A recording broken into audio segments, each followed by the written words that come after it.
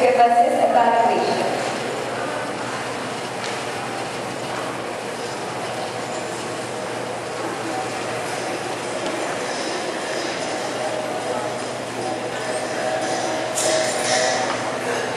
Good afternoon, everyone. Thanks for inviting me.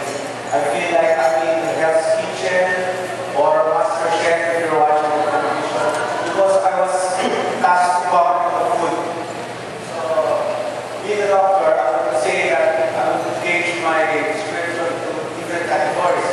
But definitely number one, that we know that we have today, we know the quality, it's healthy. Because from the soup,